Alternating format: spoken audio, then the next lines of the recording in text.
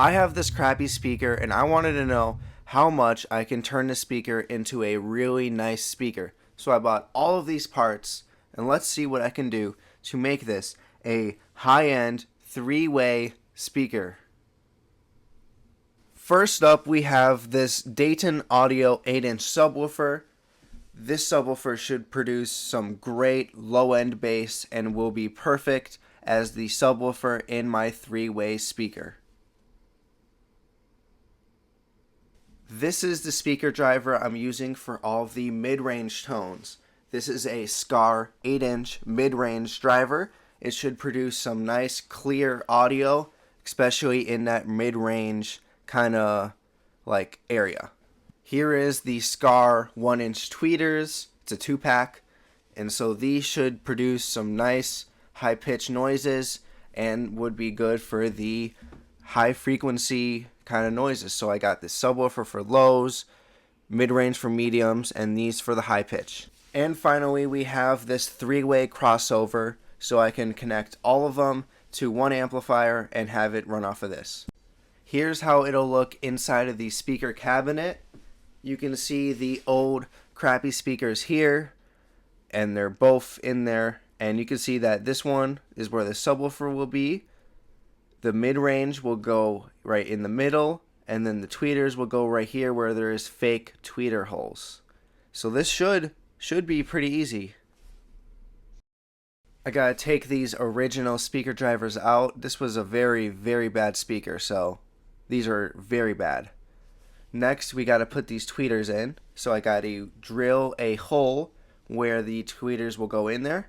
So you can see me drilling a hole here, and just don't look at when I crack it there. Just don't pay attention to that. It's a bad crack, but whatever. It should be fine. I could fix this. I could fix it. So the tweeters will go into those holes like that. So now I got to glue them in to make sure they actually stay in there. This is what I'm doing with this giant hole there. I'm just going to glue this piece of cardboard right there. It'll cover it up. It should work perfectly fine. This is what I'm doing for the mid-range, since I can't just have it in there, or else the subwoofer will kind of mess with it. So I have to build a box around the mid-range and make sure there is no way for any airflow to get in there. So that means I got to cover up all of these gaps, which means there will be a lot of hot glue used. So you can see I have covered up basically everything in there. It's impossible for any subwoofer air to get in there, except for the top. You'll see what I'm doing with that later. Next, let's get the subwoofer in there. It doesn't actually fit in there on its own, even though it is an 8-inch driver. The surround metal frame is just too big, so it won't fit in there beautifully. So I do have to cut up the cabinet up a little bit, because otherwise there is no way for this subwoofer to ever fit in there. You can see that there is just too much gaps. It doesn't fit because of this big chunky plastic piece right there. So if I can just cut away all of that excess plastic, it'll fit in there beautifully, which is exactly what I did. Here's what it looks like without any of that extra plastic bit. It will now work perfectly fine, and the subwoofer fits in there just like it should. I will have to cover up some of these gaps with hot glue, but anyway, now I gotta wire up everything. So the subwoofer is a dual voice coil, so I had to wire that down to 4 ohms. I think it's 8 ohms normally. I don't know. I filmed this a long time ago, and now I'm just getting to editing it.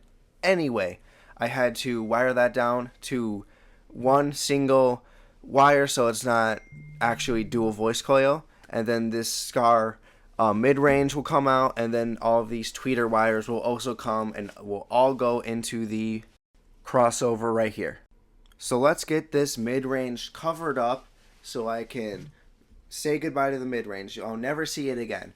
It's completely covered, and so that is where the crossover will go. It'll go right on top of that piece of cardboard there. As you can see, just like it is on the inside here, I put the cabinet back together too. Just ignore that big jump cut. I forgot to film for a little bit.